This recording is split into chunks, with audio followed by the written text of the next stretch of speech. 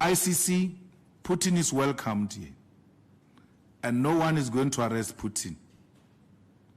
If needs be, we'll go and fetch Putin from the airport to his meeting. He will finish all his meetings. We'll take him back to the airport. We're not going to be told by these hypocrites of the International Criminal Court who know the real violators of human rights, who know the murderers of this world. That former Prime Minister of Tony Blair admitted that they made a horrible mistake when it comes to Saddam Hussein. They've not been charged today. Bush is still there. They've not been charged till to date. And then Obama killed Gaddafi. And then nothing has happened. We're here today with Libya being destroyed and unable to recover because of America. We know very well that where NATO gets involved, those are terrorists. We know very well where the US says we're going in to install peace. That place will never know peace as long as America has visited that place. So we don't want ICC's hypocrisy to apply here in our country. President Putin is welcomed. We know our friends. We know the people who liberated us. We know the people who supported us. In Kuto-Konaval, the weapons that were used in Kuto-Konaval that led to the liberation of South Africa were coming from Russia. Russia supplied us with weapons in Kuto-Konaval. Cuba supplied us with soldiers. MK was drunk. Cuba brought the soldiers. Russia brought the armaments. We were supposed to be the ones that are being complimented and supported by these other countries who were found wanting. But let me ask a question, and this is to all South Africans. On the hindsight, which mass campaign of the ANC was ever successful from its formation? Which one? Which mass in history? I'm asking you about history. Let's take Sharpeville. That's not ANC. We all know that. Let's take 1976. The ANC actually issued a statement condemning the children of 1976, only later to hijack the victories of 1976. Where was the ANC when they were calling to run South Africa ungovernable and uncontrollable? There was no ANC in this country in the 80s when the youth took over the streets. There was no ANC. Which mass campaign of the ANC was successful? They came and did a mass campaign on HIV and AIDS. That was one of their mass campaigns. A lot of people died because their campaign was not successful. Which mass campaign? So what Mbalula is doing is what his predecessors did, to always condemn mass actions. And they're not starting now. They're not starting now. They've always been always following activities, but they were very good with propaganda. Someone must go to the papers of Solomon Mahlangu's court. They are there. Someone must go there and go and tell us where Solomon Mahlangu says, my blood will nourish the tree that will bear the fruits of freedom. Tell my people that I love them, they must continue with the struggle. In the Kubari, he said it there in the court. In the court papers, there. That's what the ANC told us. Eh? Yeah. Go and show us that. There was a guy there in the ANC, still very good, but he's no longer active, called Peter Maibuye, Joel Nechtens. Those guys had a department called DIP. Its role was to do those things. Propaganda, they were very good at that. That's why everything else, if you're to tell someone that 1976 is not ANC, is going to be shocked. What are you talking about? What are you saying? Because people just automatically assume 1976 is ANC. It's not. It's not. So it has got no history of mass protest. Why was O.R. Tambo staying in Britain after the British government declared ANC a terrorist organization? If indeed it was an organization that constituted a threat to the white establishment. Okay, let's bring it closer to history. Can you imagine that terrorist that America killed, Osama bin Laden? His organization being declared a terrorist organization, and then he stays in Washington. How do you reconcile the two? That the British government says the ANC, it's a terrorist organization. Its president and his family and children stay in London, and they go to schools in London. Children of Osama bin Laden going to school in Washington. How do you reconcile that? So we shouldn't be told nonsense by people who know nothing about mass mobilization.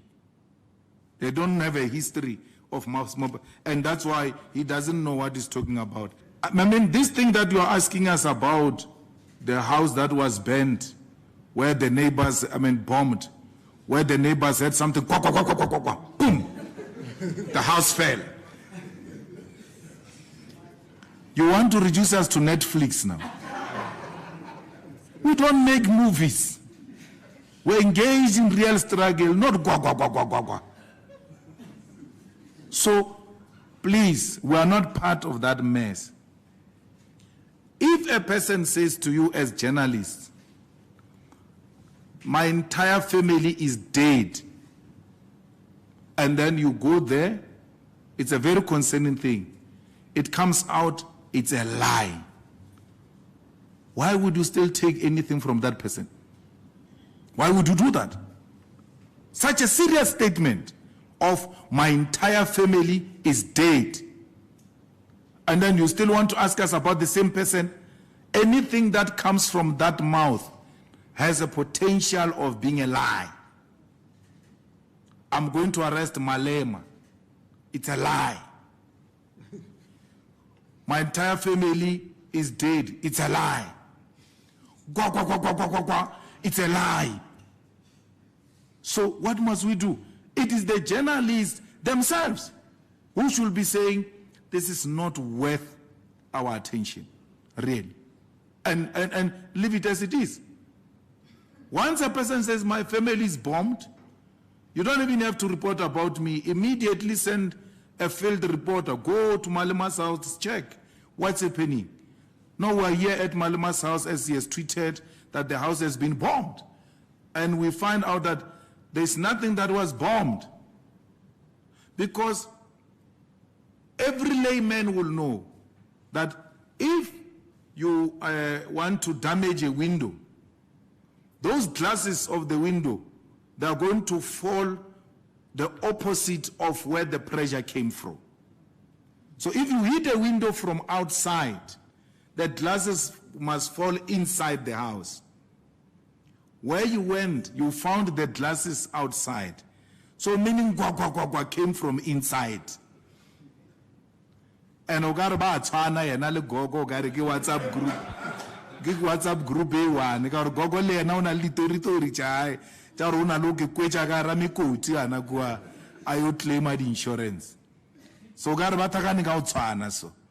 So le ja mhuto we, it's not things that you should actually even be bothering the nation about. The nation has got serious issues to deal with. What is to be done? The struggle continues. Like I said, this is the beginning. You know us. Once we start, we don't go back. And I'm not worried about anyone who says anything because many of them come late to the party, but they eventually come. Remember when we started with the President Zuma's issue? The ANC was nowhere to be found, especially this one who's singing for supper, didn't want to hear anything, right? But at the ultimate end, DP will tell you, Paul Mashatile went to him in Parliament and say, withdraw the motion of no confidence so that the ANC can put its own motion of no confidence. We said, no, you're going to vote for our motion of no confidence. He proceeded, Paul Mashatile, to go to the press conference and says, we have instructed our members to go in there and vote for the EFF's motion of no confidence. Even at that time, it started like this. Eventually, the ANC came to the party. The ANC will come to the party like the rest of South Africans. You take time to warm up, Shem. But we are very patient. We know that we are an advanced detachment of society. I just want briefly, in a very brief way, all of us ought to ask ourselves, DP, what is a shutdown? In an English definition manner, what is a shutdown?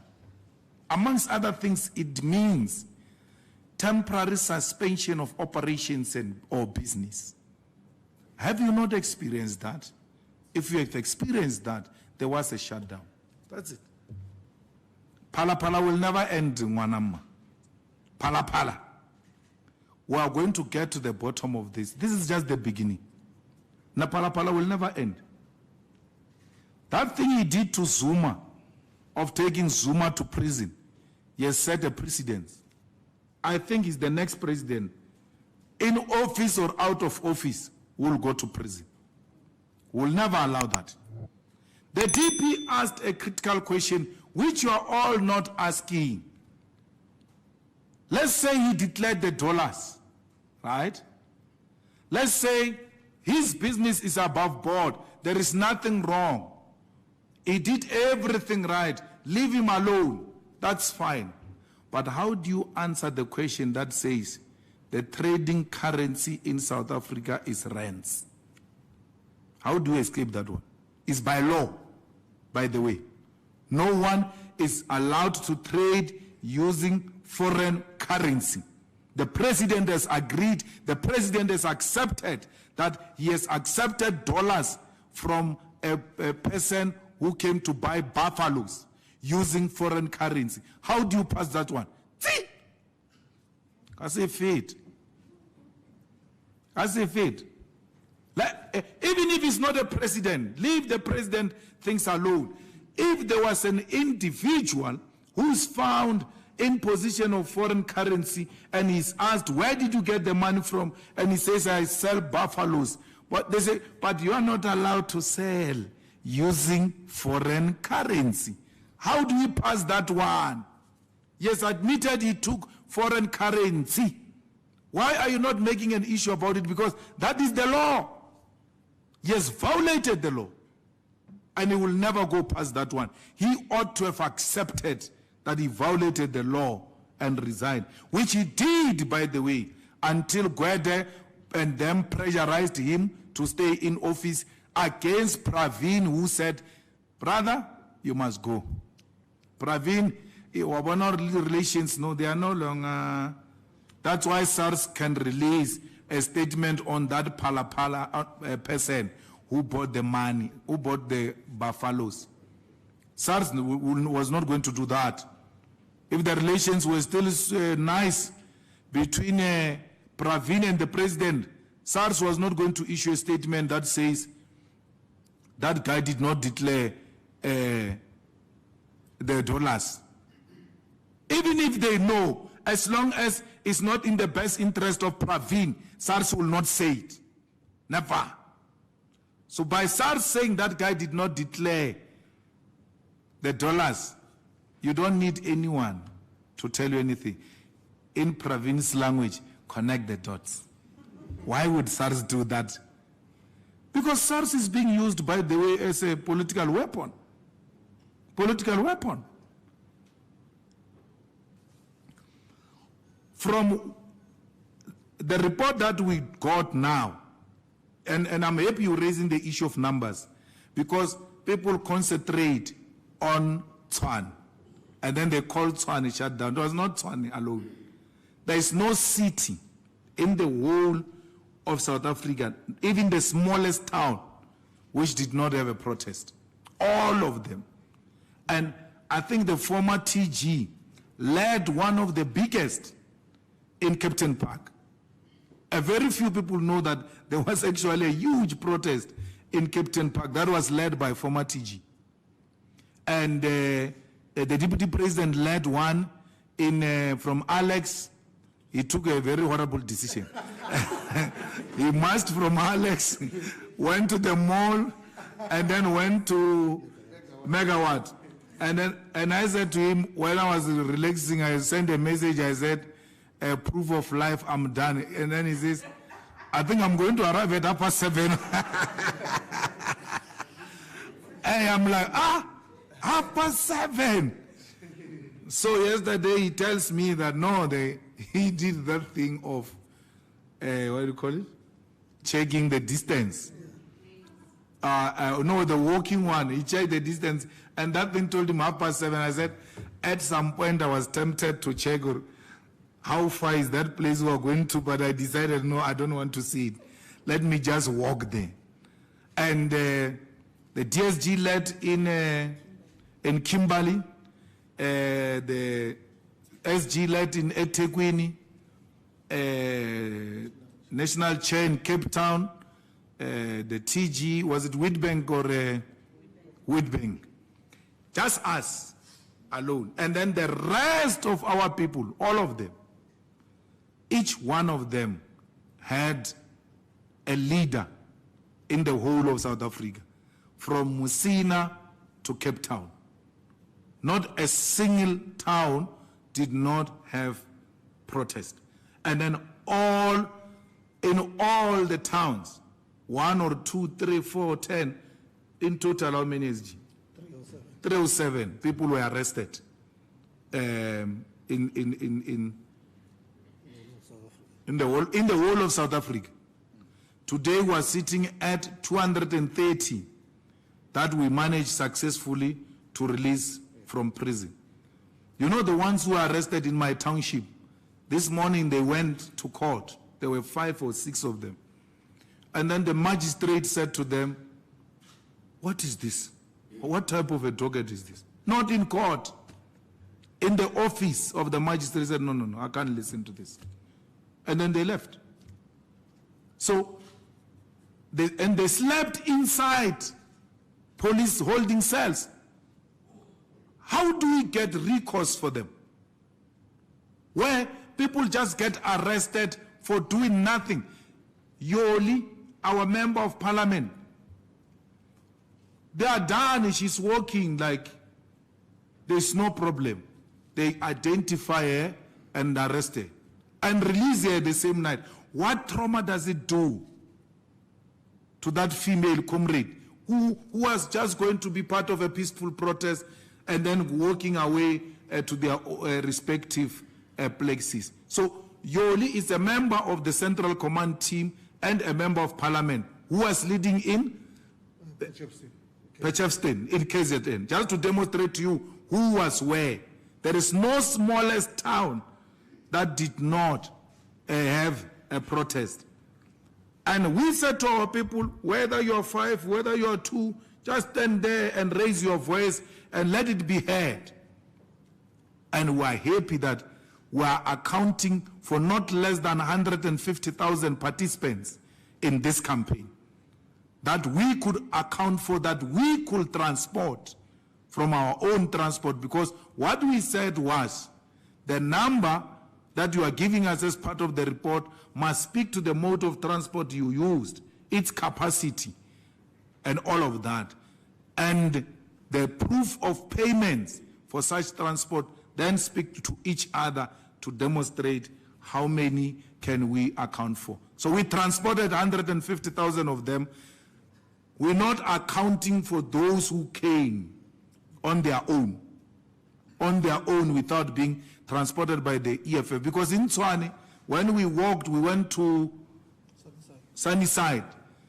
People were coming out of their flats and apartments, joining the march in their numbers.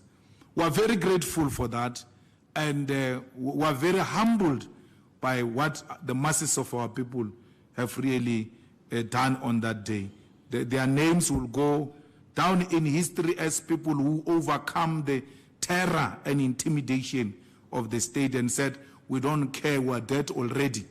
You can kill us officially. We're going to raise our voices and we're going to raise our concerns about the president and the load shedding. We're fighting to win for elections. Numbers don't lie. That's why the DA is extremely threatened by the EFF, because they know that the party of voice, the reasonable party, the party of voice, the voice of the voiceless masses, is the EFF. The rejected, the dejected masses of our people is the EFF. It goes without saying. Everybody now says, we've now found an alternative. I received an email this morning from a staunch member who said, of the ANC, who said, I left the ANC. I didn't join any other political party because I had given up on these political parties. But what happened on the 20th made me realize that there is now a party to vote for.